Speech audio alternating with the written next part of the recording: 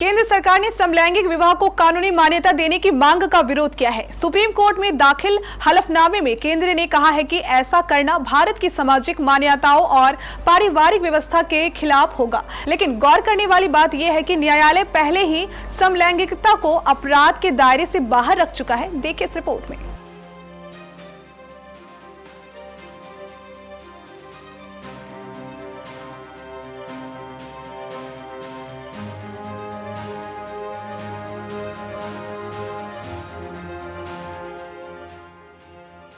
साल 2023 के 6 जनवरी को सुप्रीम कोर्ट ने समलैंगिक शादी के मसले पर केंद्र को नोटिस जारी किया था।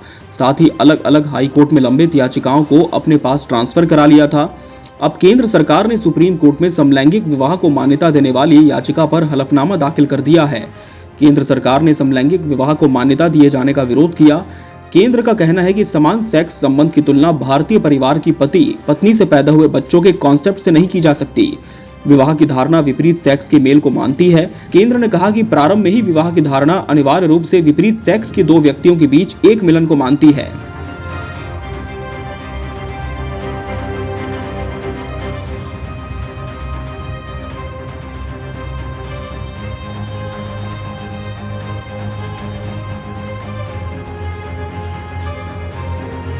केंद्र ने सुप्रीम कोर्ट से कहा कि समान लिंग वाले व्यक्तियों की ओर से जीवन साथी के रूप में एक साथ रहना, जो अब डिक्रिमिनलाइज किया गया है, ये पति, पत्नी और बच्चों की भारतीय परिवार इकाई अवधारणा के साथ तुलनीय नहीं है।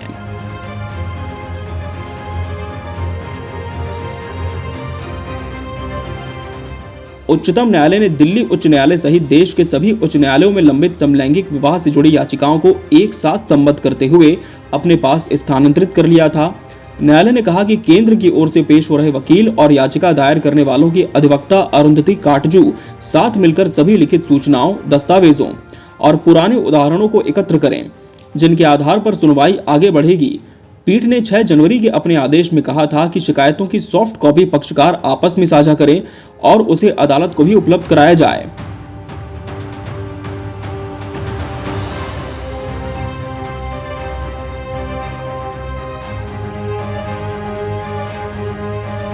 सभी याचिकाओं को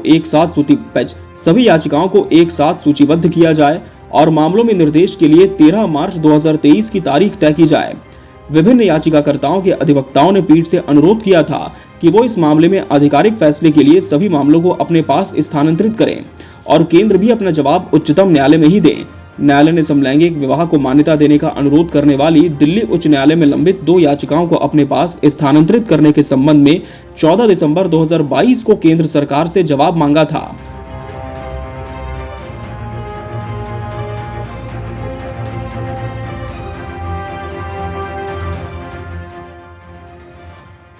आपको बता दें कि साल 2018 में आपसी सहमति से किए गए समलैंगिक यौन संबंध को अपराध की श्रेणी से बाहर रखने का फैसला सुनाने वाले उच्चतम न्यायालय की संविधान पीठ में न्यायमूर्ति चंद्रचूड़ भी शामिल थे। न्यायमूर्ति चंद्रचूड़ ने पिछले साल नवंबर में केंद्र को इस संबंध में नोटिस जारी किया था और याचिकाओं के संबंध में महाधिवक्ता आर वेंकटरमणी की मदद मांगी थी। शीर्ष अदालत की 5 सदस्यीय संविधान पीठ ने 6 सितंबर 2018 को सर्वसम्मति से ऐतिहासिक फैसला सुनाते हुए देश में वयस्कों के बीच आपसी सहमति से निजी स्थान पर बनने वाले समलैंगिक या विपरीत लिंग के लोगों के बीच यौन संबंध को अपराध की श्रेणी से बाहर कर दिया था।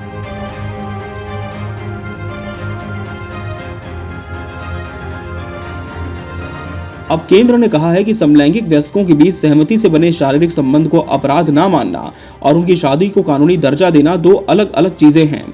याचिकाकर्ता इस तरह की शादी को अपने मौलिक अधिकार की तरह बता रहे हैं, ये गलत है। सोमवार को chief justice DY Chandrachud, justice PL रंपेच, जस्टिस PS नरसिम्हा और जस्टिस JB पार्डीवाला की बेंच उनकी याचिकाओं को सुनेंगी।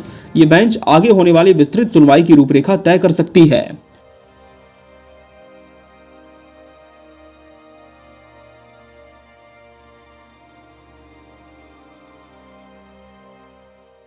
Bureau report, KBC news.